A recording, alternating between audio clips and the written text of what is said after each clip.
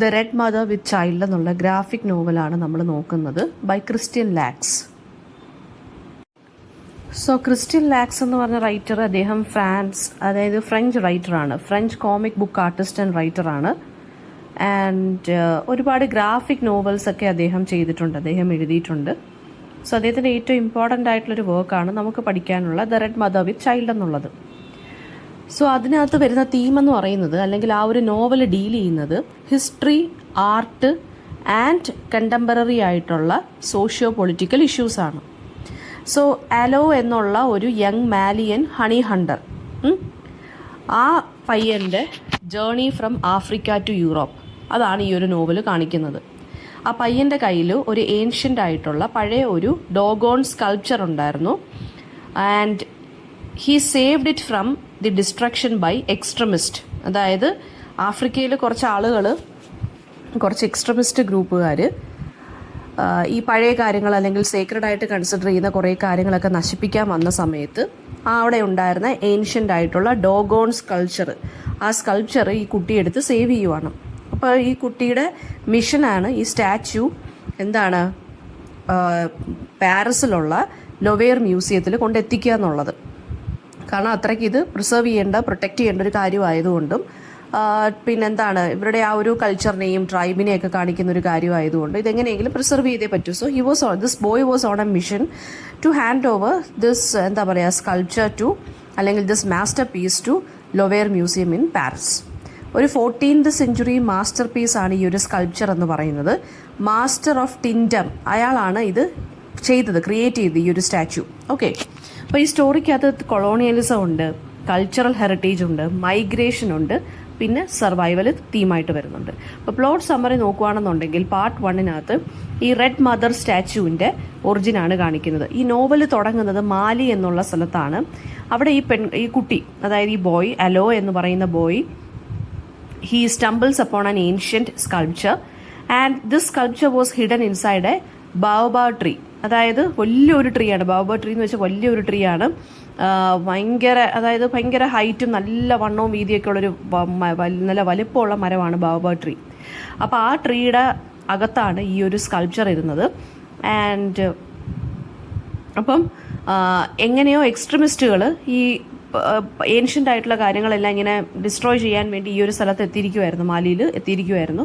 So ഈ പയ്യൻ ആ ഡിസ്ട്രക്ഷൻ്റെ ആ ഒരു കൈൻഡ് ഓഫ് പ്രോസസ്സിൻ്റെ ഇടയ്ക്ക് ഈ പയ്യൻ എന്താണ് ഈ സ്കൾപ്ചർ അറിയാതെ കിട്ടിയതാണ്, ആക്സിഡൻ്റലി കിട്ടിയതാണ്. ഈ സ്റ്റാച്യുവിനെ, അതായത് ഈ ഡോഗോൺ സ്കൾപ്ചറിനെ വിളിക്കുന്ന പേര് the red mother with child എന്നാണ്. അതൊരു റെയർ ആയിട്ടുള്ളൊരു ആർട്ടിഫെക്റ്റ് ആണ്. 14th century മദർഹുഡിനെയും ഫെർട്ടിലിറ്റിയും കാണിക്കുന്ന ഒരു എന്താ പറയുക ഒരു കൈൻഡ് ഓഫ് ആർട്ടിഫെക്റ്റ് ആണ്. അപ്പോൾ അലോയ്ക്ക് ഇതിൻ്റെ കൾച്ചറൽ സിഗ്നിഫിക്കൻസ് മനസ്സിലായതുകൊണ്ട് അവിടുത്തെ വില്ലേജ് എൽഡർ ആയിട്ടുള്ള ഹോഗോൺ എന്ന് വെച്ചാൽ ഒരു സ്പിരിച്വൽ ലീഡറാണ് വില്ലേജിൽ, അയാളുടെ അടുത്ത് പോയി ഗൈഡൻസ് ചോദിക്കുന്നു. അപ്പോൾ ഹോഗോൺ എന്താണ് ഈ പയ്യൻ്റെ അടുത്ത് പറയുവാണ് ഈ സ്റ്റാച്യു, അതായത് ഹോഗോണിന് ഈ ഇങ്ങനത്തുള്ള സ്റ്റാച്യുവിൻ്റെ കാര്യങ്ങളും എന്താണ് ഹോഗോൺ മറ്റേ മ്യൂസിയത്തിലൊക്കെ വർക്ക് ചെയ്തിട്ടുണ്ട്. അപ്പോൾ ഹോഗോൺ എന്താ പറഞ്ഞത്, ഈ സ്റ്റാച്യു എടുത്ത് പാരീസ് മ്യൂസിയത്തിൽ കൊണ്ടുവെക്കൂ, കാരണം അവിടെ മറ്റൊരു ഇതുപോലെ തന്നെ ഒരു സിമിലർ സ്റ്റാച്യു അവിടെ ഉണ്ടെന്ന് ഹോഗോൺ പറഞ്ഞു കൊടുക്കുകയാണ്. അലോ എന്ത് ചെയ്യാണ്, ജേർണി എംബാർക്ക് ചെയ്യുവാണ്. വലിയ എക്സ്പീരിയൻസ് ഒന്നും ഇല്ല, ഹോംലാൻഡ് വിട്ട് പുറത്ത് പോയി ട്രാവലിംഗ് ഒന്നും എക്സ്പീരിയൻസ് ഒന്നും ഇല്ലാത്തൊരു വ്യക്തിയാണ്. അപ്പോൾ ഈ സ്റ്റോറി പിന്നീട് കാണിക്കുന്നത് കൊളോണിയൽ ലൂട്ടിങ്ങിൻ്റെയും, അതായത് ഈ എക്സ്ട്രീമിസ്റ്റുകൾ എന്ത് ചെയ്യാണ് ഈ സാധനങ്ങളെല്ലാം ഇങ്ങനെ നശിപ്പിക്കുകയും തകർക്കുകയും ചെയ്തുകൊണ്ടിരിക്കുകയാണ്. ഇങ്ങനെ പഴയ കാര്യങ്ങൾ, ഏൻഷ്യൻ്റ് ആയിട്ടുള്ള സ്കൾപ്ചേഴ്സ്, ഇവർ സേക്രഡ് ആയിട്ട് കൺസിഡർ ചെയ്യുന്ന കാര്യങ്ങളെല്ലാം. സോ എങ്ങനെയാണ് ഈ ആഫ്രിക്കൻ ആർട്ടിഫാക്ട്സ് എല്ലാം യൂറോപ്യൻ മ്യൂസിയത്തിൽ എത്തപ്പെടുന്നതും, അതായത് ഇപ്പോൾ ഇത് തന്നെ ശരിക്കും പറഞ്ഞു കഴിഞ്ഞാൽ പ്രിസർവ് ചെയ്യണം എന്നുണ്ടെങ്കിൽ ഈ മ്യൂസിയത്തിൽ എത്തപ്പെട്ടേ പറ്റൂ. പക്ഷേ ശരിക്കും originally it belongs to authentically it belongs to this African culture അല്ലേ.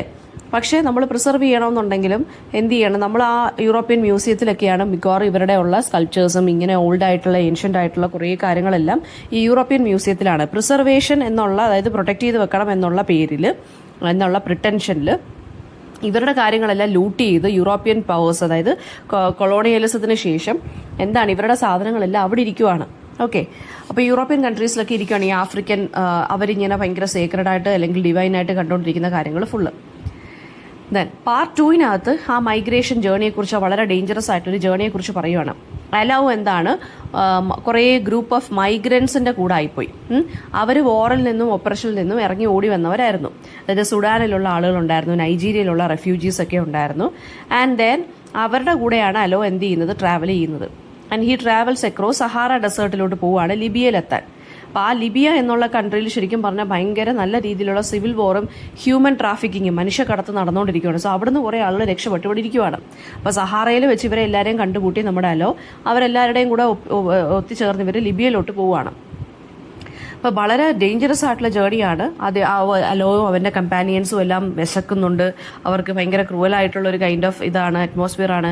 കറപ്ഷൻ ഉണ്ട് ഓരോ ചെക്ക് പോയിന്റിൽ അവരെത്തുമ്പോഴും. അതായത് ഓരോ സ്ഥലത്തു നിന്നും ഓരോ സ്ഥലത്തോട്ട് പോകണം എന്നുണ്ടെങ്കിൽ അവിടെ നിൽക്കുന്ന ഓരോ ചെക്ക് പോയിന്റിലും ആളുകൾക്ക് പിന്നെ ബ്രൈബോ അല്ലെങ്കിൽ എന്തെങ്കിലും ഒരു കൈൻഡ് ഓഫ് കാര്യങ്ങൾ കൊടുക്കണം. ആൻഡ് സ്മഗ്ലേഴ്സിനെ കണ്ടു ഇടയ്ക്ക് വെച്ചിട്ട് അവർ പാസേജ്, അതായത് അവർക്ക് മുമ്പോട്ട് പോകണമെന്നുണ്ടെങ്കിൽ അവർക്ക് പൈസ കൊടുക്കണം എന്നായി. അപ്പോൾ ലിബിയയിൽ എന്താണ്, ഇവരെ ഈ ആളുകളെല്ലാം ഡീറ്റെയിൻ ചെയ്തു, എന്നിട്ട് സ്ലേവ് ലേബറിനെ കൊണ്ടുപോവുകയും ചെയ്തു. ഇവൻച്വലി അലോ എങ്ങനെയെങ്കിലും എന്താണ് ഒരു യൂറോപ്പിലോട്ട് പോകുന്ന ഒരു ഓവർ ക്രൗഡഡ് ബോട്ടിലോട്ട് എത്തപ്പെട്ടു. വളരെ ട്രച്ചറസ് ആയിട്ടുള്ള ഒരു സീ വോയേജ് ആയിരുന്നു. ഒരുപാട് ആളുകൾ മരിക്കുന്ന കണ്ടു. അലോ ബെയർലി സർവൈവ് ചെയ്യുവാണ്. ആൻഡ് റെഡ് മദർ സ്റ്റാച്യു കെട്ടിപ്പിടിച്ചുകൊണ്ടാണ് ഈ പയ്യൻ ഇങ്ങനെ യാത്ര ചെയ്തുകൊണ്ടിരിക്കുന്നത്. അങ്ങനെ ഇറ്റലിയിലെത്തി. അലോ എന്താണ് പിന്നെ ഫ്രാൻസിലോട്ട് പോകാൻ ശ്രമിക്കുകയാണ്. പാരീസ് എന്ന് പറയുന്നത് എന്താണ്, സിമ്പിൾ ഓഫ് ഹോപ്പാണ്. സോ പക്ഷേ പാരീസ് എന്ന് പറയുന്നത് അനദർ ബാറ്റിൽ ഗ്രൗണ്ടായി മാറിയിരിക്കുകയാണ് അലോയ്ക്ക് ഹോംലെസ്നെസ്സും ഡിസ്ക്രിമിനേഷനും ഒക്കെ ഫേസ് ചെയ്തു. കുറേ മൈഗ്രൻസിൻ്റെ കൂടെ ടെമ്പററി ആയിട്ടുള്ള ക്യാമ്പുകളിൽ അലോ എന്ത് ചെയ്തു, റെഫ്യൂജായിട്ട് താമസിച്ചു.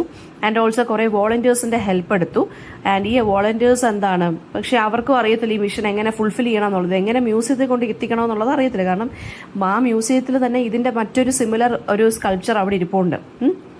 ആ സമയത്ത് ക്ലെയർ എന്ന് പറഞ്ഞൊരു പെൺകുട്ടിയെ കാണുകയും അവർ ലോവെയർ എംപ്ലോയി ആണ്. ഇപ്പോൾ മ്യൂസിയമായിട്ടൊക്കെ കണക്ഷൻസ് ഒക്കെ ഉണ്ട്. ക്ലെയർ ഭയങ്കര സ്കെപ്റ്റിക്കലാണ് ആദ്യം ഈ ഒരു ഇത് കണ്ടപ്പോൾ. പക്ഷേ എന്താണ്, സ്റ്റാച്യു എക്സാമിൻ ചെയ്തു എക്സ്പേർട്സ്. അങ്ങനെ സയന്റിഫിക് ടീം എന്താണ് ഇതിൻ്റെ ഒത്തന്റിസിറ്റി കൺഫേം ചെയ്യുകയും ഇതൊരു മാസ്റ്റർ പീസ് ആണെന്നും മാസ്റ്റർ ഓഫ് ടിൻടം ആണ് ഇത് എന്ത് ചെയ്തത്, ക്രിയേറ്റ് ചെയ്തതെന്നും ആ ലോവെയർ മ്യൂസിയത്തിലുള്ള ആളുകൾക്കും സയന്റിസ്റ്റുകൾക്കും എല്ലാം, സയന്റിഫിക് ടെസ്റ്റ് ഒക്കെ നടത്തിയ ആളുകൾക്കും എല്ലാം മനസ്സിലായി. സോ അങ്ങനെ അലോ എന്ത് ചെയ്തതാണ്, അവിടെ കൊണ്ട് എത്തിച്ചിരിക്കുകയാണ്. And after months of struggle Alou എന്താണ് ആ ഗോൾ അച്ചീവ് ചെയ്തു. റെഡ് മദർ സ്റ്റാച്യു എന്താണ് ലോവെയറിൻ്റെ ആ ഒരു മ്യൂസിയത്തിലോട്ട് അക്സെപ്റ്റ് ചെയ്തിരിക്കുകയാണ്. ആൻഡ് ആ ഒരു സെക്ഷൻ എന്ന് പറയുന്നത് നോൺ യൂറോപ്യൻ ആർട്ടിന് വേണ്ടി സെപ്പറേറ്റ് സെക്ഷൻ ഉണ്ട്. ആ സെക്ഷനിലാണ് ഇത് കൊണ്ട് വെച്ചേക്കുന്നത്. ഹൗവർ എന്താണ് അലോയുടെ ഫേറ്റ് എങ്ങനെയാണ്, അൺസർട്ടൺ ആണ്. അത് എങ്ങനെ നോവൽ എൻഡ് ചെയ്യുന്നതെന്ന് വെച്ച് കഴിഞ്ഞാൽ hello phasing the bureaucratic and societal challenges എന്നാണ് പറഞ്ഞേക്കുന്നത്. അതായത് ഫ്രാൻസിൽ വന്ന ഒരു അൺഡോക്യുമെന്റഡ് ആയിട്ടുള്ള മൈഗ്രന്റ് അല്ലേ, കള്ളവണ്ടി കയറിയൊക്കെ വന്ന ആളല്ലേ. സോ അയാൾ, അതായത് ആ പയ്യൻ എന്താണ് ബ്യൂറോക്രാറ്റിക് ആൻഡ് സൊസൈറ്റൽ ചലഞ്ചസ് ഒക്കെ സ്റ്റിൽ ഫേസ് ചെയ്തുകൊണ്ടിരിക്കുവാണ്.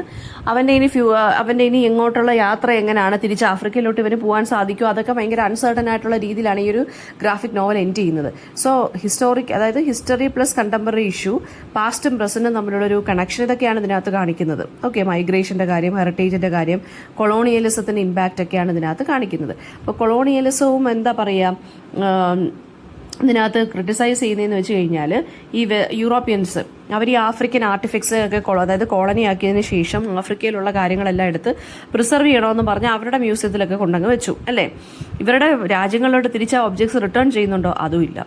ഇനി മൈഗ്രേഷനും റെഫ്യൂജി ക്രൈസിസ് ആണ് അനദർ തീം എന്ന് പറയുന്നത്. അലൗഡ് ജേർണി എന്ന് പറയുന്നത് ശരിക്കും പറഞ്ഞാൽ ആഫ്രിക്കൻ മൈഗ്രൻസിന്റെ റിയൽ ലൈഫ് എക്സ്പീരിയൻസ് ആണ് കാണിക്കുന്നത്. അതുപോലെ തന്നെ ഹ്യൂമൻ ട്രാഫിക്കിംഗ്, റേസിസം പോലെയുള്ള കാര്യങ്ങളും ഒക്കെ ഇതിനകത്ത് കാണിക്കുന്നുണ്ട്.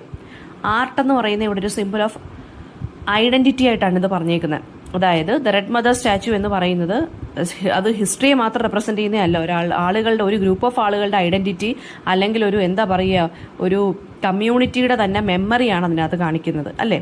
പിന്നെ സർവൈവലും ഹോപ്പും ഉണ്ട്. അതായത് ഒരുപാട് സഫർ ചെയ്തിട്ടും അലോ എന്ത് ചെയ്തു, ഡിറ്റർമൈൻഡ് ആയിട്ട് നിന്ന് അവസാനം എന്ത് ചെയ്യണം, ഒരുപാട് പ്രോബ്ലംസ് ഒക്കെ ഫേസ് ചെയ്തെങ്കിലും അത് തിരിച്ചു കൊടുക്കുകയാണ് ചെയ്യുന്നത്. എവിടെയാണ്, പാരീസ് മ്യൂസിയത്തിലോട്ട് കൊടുക്കുകയാണ് ചെയ്യുന്നത്. ദെൻ ഡേഞ്ചറസ് ആയിട്ടുള്ള ഒരുപാട് ഡെസേർട്ടൊക്കെ ക്രോസ് ചെയ്ത് ഹ്യൂമൻ ട്രാഫിക്കേഴ്സിന്റെ കയ്യിൽ നിന്നൊക്കെ രക്ഷപ്പെട്ട് റെഫ്യൂജി ക്യാമ്പ്സിലെ ബ്രൂട്ടൽ കണ്ടീഷൻസിലൊക്കെ താമസിച്ചാണ് അലോ എന്ത് ചെയ്തത്, ഈ ഒരു ജേർണി കംപ്ലീറ്റ് ചെയ്തത്. റേസിസവും ഡിസ്ക്രിമിനേഷനും ഒക്കെ യൂറോപ്പിൽ അലോയ്ക്ക് ഫേസ് ചെയ്യേണ്ടി വന്നു അല്ലേ. അതുപോലെ തന്നെ ഒരു റെഫ്യൂജി ക്യാമ്പിലൊക്കെയാണ് ഈ പയ്യൻ കടന്നിരുന്നത്. പിന്നെ വരുന്നതെന്ന് വെച്ച് കഴിഞ്ഞാൽ റിലീജിയസ് എക്സ്ട്രീമിസവും ഡിസ്ട്രക്ഷൻ ഓഫ് ആർട്ടും ഇതിനകത്ത് വരുന്നുണ്ട്. അതായത് ആഫ്രിക്കൻ കൾച്ചറൽ ആയിട്ടുള്ള ഈ ആർട്ടിഫാക്റ്റുകളൊക്കെ കുറേ എക്സ്ട്രീമിസ്റ്റുകാർ നശിപ്പിക്കുകയാണ് ചെയ്യുന്നത്. അത് ആ റിലീജിയസ് ഇൻടോളറൻസിനെയാണ് കാണിക്കുന്നത്.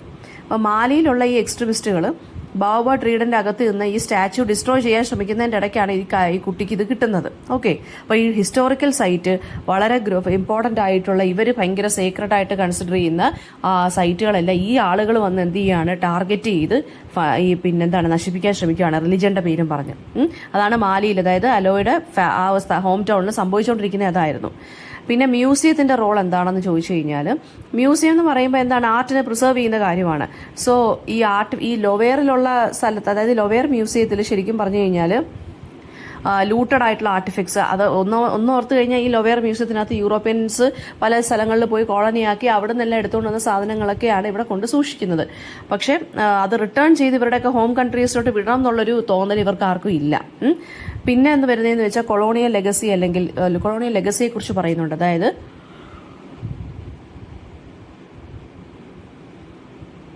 ഈ ആലോയിന്റെ അല്ലെങ്കിൽ അലോയുടെ ഈ ഒരു കൈൻഡ് ഓഫ് എന്താ പറയുക, അവരുടെ തന്നെ ആൻസസ്റ്റേഴ്സ് ബിലീവ് ചെയ്യുന്ന എന്താണ്, അവരുടെ ആർട്ട് കുറേ കാര്യങ്ങളെല്ലാം യൂറോപ്യൻ മ്യൂസിയത്തിലുണ്ടെന്ന് ഇവർക്ക് തന്നെ അറിയാം. സോ പക്ഷേ ഇവിടെ ഒരിക്കലും ഇതിനെ എന്താണ് പ്രൊട്ടക്ട് ചെയ്യാൻ പറ്റത്തില്ലെന്ന് അറിഞ്ഞുകൊണ്ടാണ് അലോ എന്ത് ചെയ്യുന്നത്, അത് തിരിച്ച് തന്നെ അവിടെ കൊണ്ട് ഏൽപ്പിക്കുന്നത് അല്ലേ. സോ ആ ഒരു കാര്യവും ഒക്കെ ഇതിനകത്ത് പറയുന്നുണ്ട്. പിന്നെ അതുപോലെ തന്നെ തിരിച്ച് ഏൽപ്പിക്കുക, അതായത് കൊളോണിയലിസം ഒക്കെ കഴിഞ്ഞു, എല്ലാ കൺട്രീസും ഒക്കെ ഇൻഡിപെൻഡൻ്റ് ആയി. സോ അതിനുശേഷം ഈ എടുത്തുകൊണ്ട് പോയ കാര്യങ്ങൾ തിരിച്ച് കൊണ്ടെത്തിക്കണം എന്നുള്ളത്, അവരുടെയൊക്കെ ഹോം കൺട്രീസിൽ ഇങ്ങനെയുള്ള സ്കൾപ്ചേഴ്സ് ഒക്കെ കൊണ്ടെത്തിക്കണം എന്നുള്ളൊരു മര്യാദ പോലും ഇതിനകത്ത് കാണിക്കുന്നില്ല അല്ലേ. അപ്പോൾ അതൊക്കെയാണ് ഇതിനകത്ത് വരുന്ന എന്തെന്ന് പറയുന്നത്, തീംസ് എന്ന് പറയുന്നത്.